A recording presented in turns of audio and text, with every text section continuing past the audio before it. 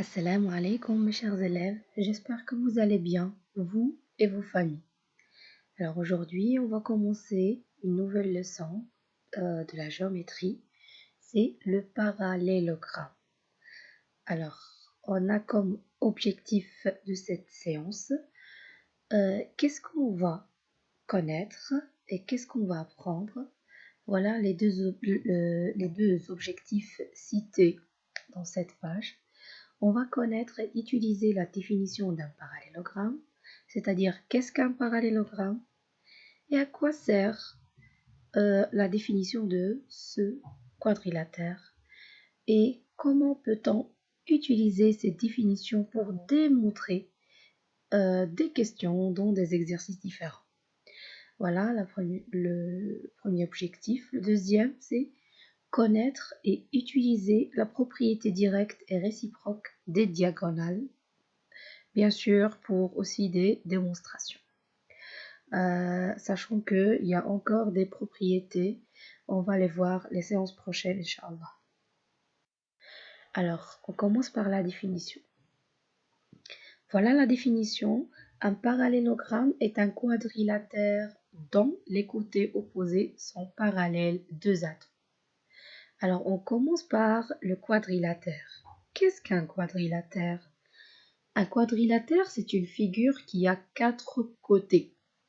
Quatre côtés, c'est-à-dire quatre sommets. Alors, par exemple, comme le carré, le rectangle, le losange, le trapèze, ce sont des quadrilatères qui ont quatre côtés. Déjà, le mot quadrilatère, on entend le mot quatre.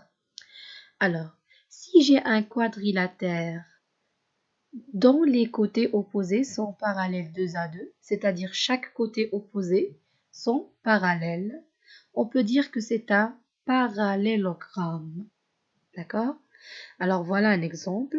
C'est un parallélogramme ABCD. Et on va voir deux exemplaires de démonstration qu'on peut utiliser dans des exercices. Alors voilà la première. Si ABCD est un parallélogramme, alors on a déjà dit que chaque côté opposé sont parallèles. La droite AB elle est parallèle à DC parce que AB et DC sont opposés. Et la droite AD est parallèle à BC. Alors voilà la première.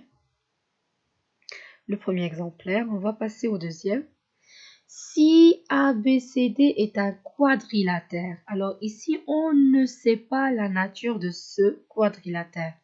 C'est-à-dire, je ne sais pas, est-ce qu'il est un carré, est-ce qu'il est, je ne sais pas, un rectangle, est-ce qu'il est convexe déjà, qui n'est pas un cas particulier.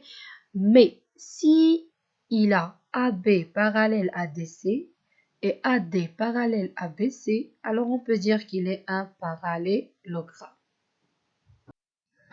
Alors, voilà un exercice d'application. Vous devez le faire dans vos cahiers exercices, dans vos parties exercices. Soit EFGH, un parallélogramme, et D, une droite perpendiculaire à EF, qui coupe HG en K. Alors, vous devez construire la figure et ensuite montrer que D il est perpendiculaire à HG.